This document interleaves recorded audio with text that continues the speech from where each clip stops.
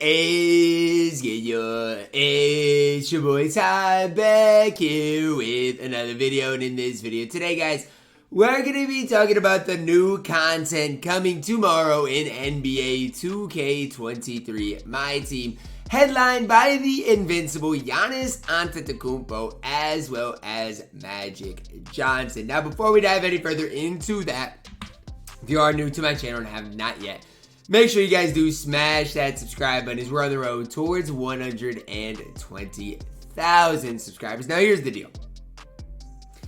I see 7 dark matters coming tomorrow. Now, the problem with that is we saw the league for the all-time team, stuff like that, and I feel like if you pull a dark matter tomorrow, most of them are going to be all-time dark matters, which kind of doesn't sit right with me in general. But it looks like we're past the pink diamond stage of packs to the Galaxy Opal and obviously dark matters. Let's talk about the Galaxy Opals first, though, starting on the left with Myles Turner. Now, you know anything about Myles Turner? Good height, 6'11", can shoot the ball, obviously center power forward eligibility.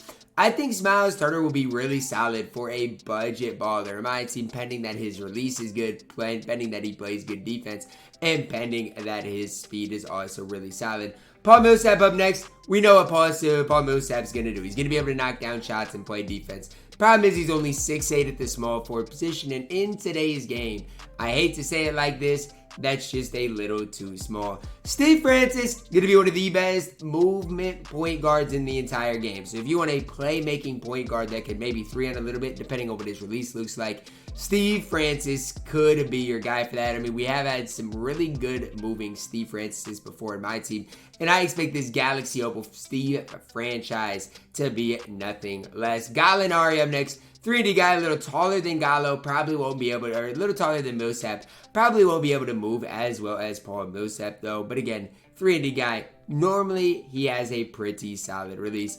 Danny Green, 3D Danny Green. That's what he is going to be. Think about a Bruce Bowen, but just better Bruce Bowen. I think that's basically what Danny Green's going to be. I feel like Danny Green in my team is a lot of times just never really like that. Like he's always okay, but never really like that next level good in my team. And then Joakim Noah, last but certainly not least, center, power forward. You guys can see for the Chicago Bulls. Good height. His release is probably going to be disgusting if he can even shoot. I feel like Joakim Noah is the worst Galaxy Opal we are going to see tomorrow. Then to the Dark Matters. Let's start with the bottom one. Jonathan Isaac. Dark Matter Jonathan Isaac with 30 Hall of Fame badges at least. Maybe even 35 Hall of Fame badges coming to my team tomorrow. I'm going to say it right now. If you locked in for Manu, or if you locked in for Bobo, or if you have Bobo, if you locked in for Chet, I'm sorry. Because this Jonathan Isaac, while not going to be as good as those guys, is going to be 95% of those guys for a fraction of the price. If you are looking for a small forward in my team, look no further than this Jonathan Isaac tomorrow. Going to knock down shots at a very high clip. Going to play good defense. And as long as he does those two things, the rest of it is going to take care of itself. Now to the top, let's look at Dark Matter Joe Johnson. Going to be 6'7", decent player model player build. What are his dribble six going to look like? And what is that release going to look like? That's going to determine how good Joe Johnson truly is. Now, when we go to this year's Joe Johnson, which I think we've seen a couple Joe Johnsons, I mean, nobody is really running him, though. That's my whole thing. We saw Radiant Joe Johnson.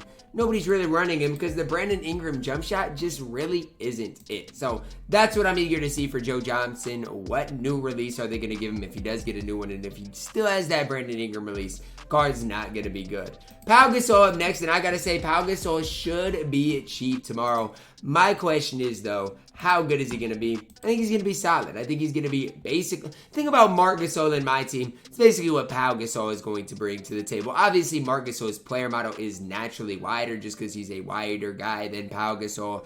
But both stretch bigs that are going to play great defense. Now, for Pau Gasol, a lot of people did gas that Galaxy Opal when he came out. I never really was one to love that Galaxy Opal, whereas a lot of other people did. But if that was you, you should be excited about this Dark Matter Pau Gasol because, again, I doubt he's going to be super expensive. James Harden, the next guy I want to talk about today. There was a reason that this James Harden barely got to a Dark Matter and not much changed. Now, I guess his release did go on very quick, but he really didn't get too much, and that's because they planned these out. They knew a James Harden was coming very, very soon.